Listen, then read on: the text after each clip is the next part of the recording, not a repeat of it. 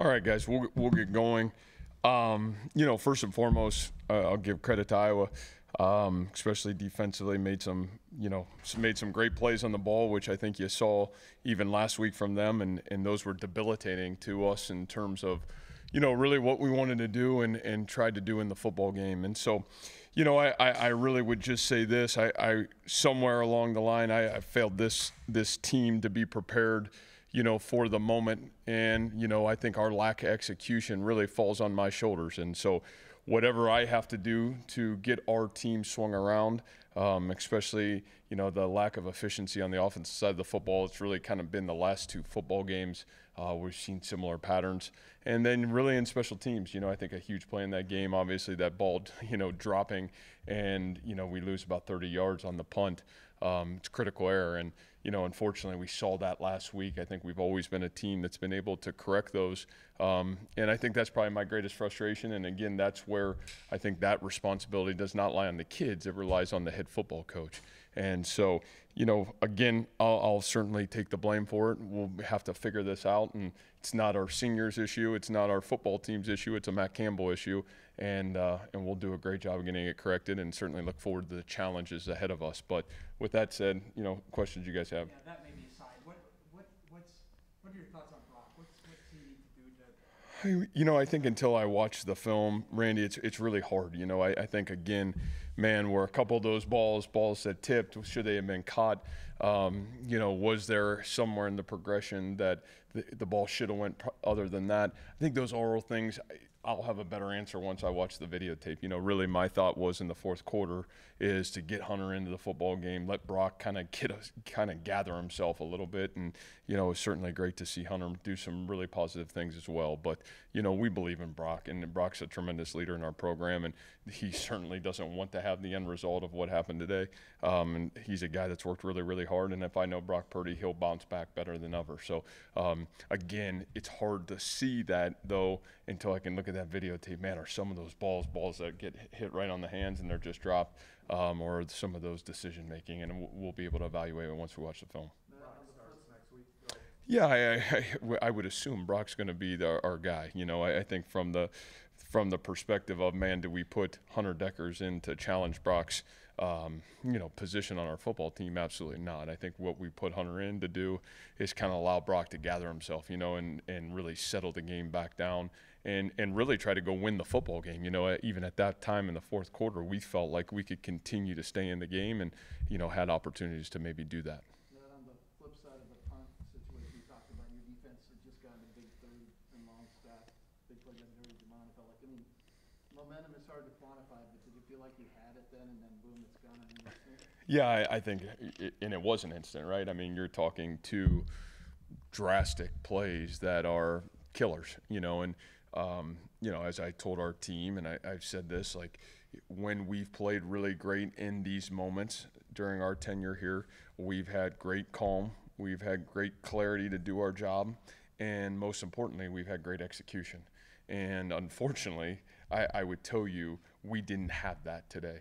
And again, when that doesn't occur, it really comes back to the head football coach and his responsibility of how you've prepared your team to be ready for those moments or for those opportunities. And again, I would put the onus on myself and making sure that we figure out how to get our kids to be able to execute in the way they need to execute for us to be successful. I haven't seen any stats, but what are your thoughts on Grace the last couple of weeks? Geez, again, I think until I'd love to watch the video so I can give you, man, what exactly is going on.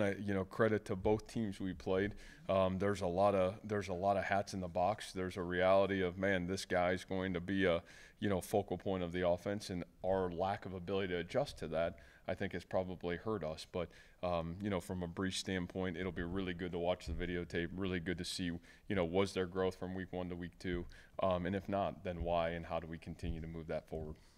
Players, formation plays offensively a lot. You know you got talent in the players. So is it formation, play calling, where do you feel like there's a disconnect? Oh, no. Again, I think it's execution. I mean, you're talking about there's balls that are, I mean, there's opportunities, and the lack of execution is really what is debilitating. And I would say that's 2 weeks in a row of that aspect of it. And that's why I say, man, that's where it comes back on the head football coach. Why are we not executing better? Is it how we're practicing? Is it how we're doing things? What is putting us in a position to have lack of execution, especially from an offensive standpoint? Meanwhile, the defense is playing Great football. when the game is down to. Yeah, and again, I would just say from a defensive standpoint, as I said to our locker room, I mean, it's not creating a divide. It's just the reality. Our defense continue to put us in position to have a chance to go win the football game, even after turning the ball over multiple times. And so, again, a lot of credit there. I'd say our A players on the defensive side are certainly playing A football, and I think that's hugely positive. And, we got to continue to figure out how to do that, as you said, with our players on the offensive side. Was there anything going into this game that cued you that maybe these guys weren't prepared in that sense, or was it kind of surprised? Yeah, I would say, I've been really proud of how our kids have attacked everything. And so, again, that's where, our kids' preparation, how they go about their business, the time and effort that they put into studying the game of football, those are things that make me really proud to be their football coach. So when you look at a game like this and you look at a lack of execution, again, I keep saying this, but somewhere I'm failing them, because whatever the plan is that I have is not putting them in position for them to be their best. So like I said, it's a Matt Campbell issue. It's certainly not our kids' issue. What's the perspective like for you guys of another slow September start versus you've had that and turned it into a successful season? Well, we'll see. I think I would always say we'll be a team that will continue to get better as the season goes on. I think that's the nature of who we are and the type of program we are. And I won't apologize for that either. But the reality of it is, man, adversity's here, and that's the great thing about college football. It's going to come, and what will we be defined as? We'll be defined as how do we respond to this adversity, right?